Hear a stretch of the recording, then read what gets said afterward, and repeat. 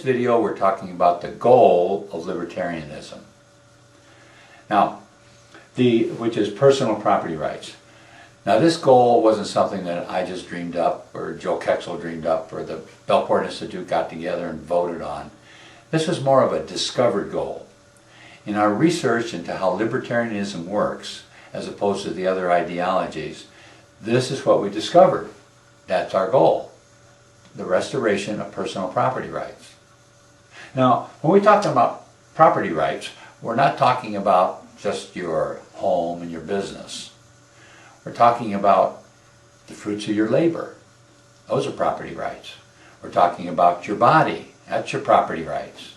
We're talking about your mind and your soul. We're talking about all of you and everything that you own. That's your property rights. And we want to restore those property rights so that you have the right to use them as you see fit. Now, some libertarians may think that is the equivalent to freedom. And to a large degree, it is freedom. But the problem is when you use that as your goal of freedom, and libertarians have used it a lot, it gets mixed up with the other ideologies, because every single ideology, and there's 5 major ones in the world, they all have the same goal. It's freedom.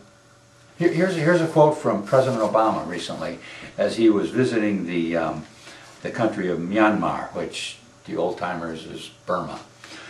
At any rate, he went in there because they had just made a kind of a turnaround in their ideology and what they were going to do as a country. But here is a quote, what he said to the leader of Burma, or Myanmar. "The work of ensuring and protecting freedoms has just begun." What is Barack Obama talking about freedoms? He sure isn't talking about this freedom. He may be talking about the freedom to take money from one person and redistribute it according to how he feels it should best be done. And when you hear an O'Reilly or a Hannity or even a local guy like we've got Mark Belling, and they'll come out strongly from the case of freedom, believe me, their armies and their police forces and their Patriot Acts and their war on terror is not bringing about this. We know that. But they're talking about freedom still. So when you use the word freedom instead of this, you're running into the danger of getting thrown into the same basket as all these other politicians, all these other ideologues. They are talking about a different name, a different definition of freedom. Believe me, they are. And so when you talk about your goal is to restore personal property rights, you're distinguishing yourselves from them. And people will begin to understand it. Now this is just for you in the explanation of this. You may not want to talk to other people about the end of collective rights, but these two are kissing cousins, you might say. They're right next to each other. A collective right is one where a group of people have greater rights than an individual. And a good explanation of that, a good example of that is the saying that I'm sure you've all heard, is that taxation is theft. Well, a person that says that understands the fallacy of collective rights.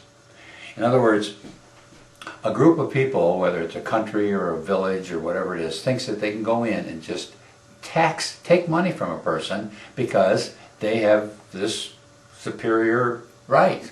They have the right to do that.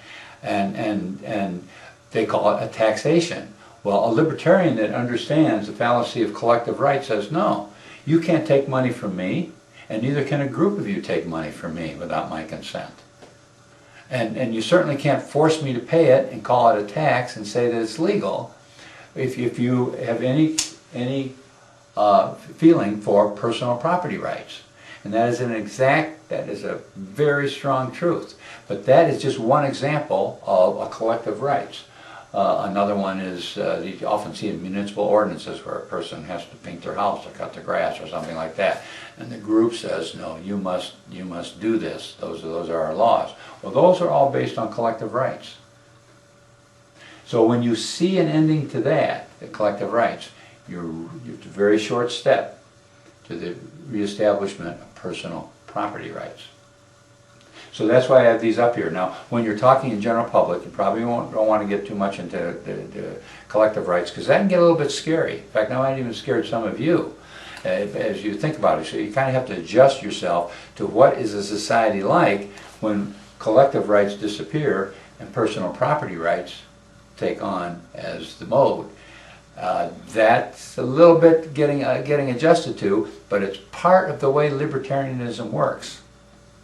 And it's very, very valid, and it's very workable. And this would be a tremendous achievement when we get to this goal. No society has ever existed on this planet at this level of activity. None. And that's because, for one thing, libertarianism is relatively new. Like I said, there's only 5 ideologies in the world, and ours is the latest one to come about, and that's why it was so hard to kind of figure out what libertarianism is because it's so new, and there was nothing to observe. You could observe a fascism, you can observe a socialism, you can observe a monarchy, you can observe a commune, you can observe these various other ideologies that have been around forever, but find one that's libertarian, and it's very difficult. You can only see it in bits and pieces. So it's more of a deductive thing right now because no societies live that way. But there it is. That's the goal of libertarianism. That's the ultimate goal. And interestingly enough, it is not an anarchy. And this is something we'll get on later. But the ultimate end point of a libertarian is not anarchy. And I hate to disappoint you anarchists, but that's just not the case. But there is the government gets very small, and the individual takes over, as you can see when we talk about these two in particular combined. So my recommendation to you particularly as a candidate and a supporter of candidates, and they're going to talk to people about libertarianism, is learn these things well. Learn this well. The whole strategy, as we talked about in a prior video, is dependent upon a goal. And from the strategy, we develop tactics. Tactics are the steps you take along your strategic plan. And the tactics develop from the strategic plan. And the strategic plan exists to achieve a goal. So the first thing you have to do, as we said in the prior video, that's the importance of the goal.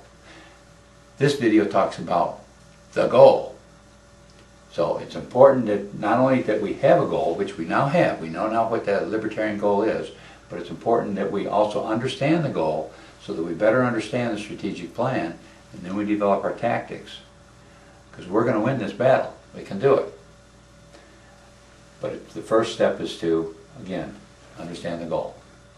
And then use it. Talk about it. Thank you.